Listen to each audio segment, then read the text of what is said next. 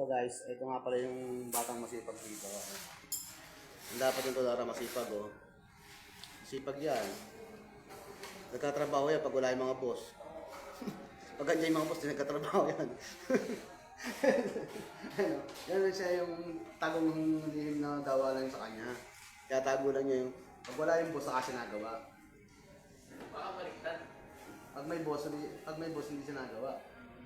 Pag walang boss, saka na siya nagawa. Yan o. Sipag o. Ako yung boss niya ngayon dito. Doon pa, doon pa ako. Saan, sir? May doon pa dyan. Ayusin Saan na lang. pa? Pagkawalis mo, kasi pagkawalis niya, mamapin mo. Copy, sir. Oo. Mamapin mo yan pagkatapos. Kasi pag minap mo yan, hindi mo yung winalisan. Magpuputik lang yan. Yes, sir. Goods. Yan. Sipag yan. Copy. Yan yung dapat nilalagyan ng background ng araw-araw sipag lang. Ha? Copy, sir. Okay. Yan, dito buhay namin sa opisina. Yan. Patambay lang ako dito. Yan. Hintay tayo ng engineer natin, si Sir Dan.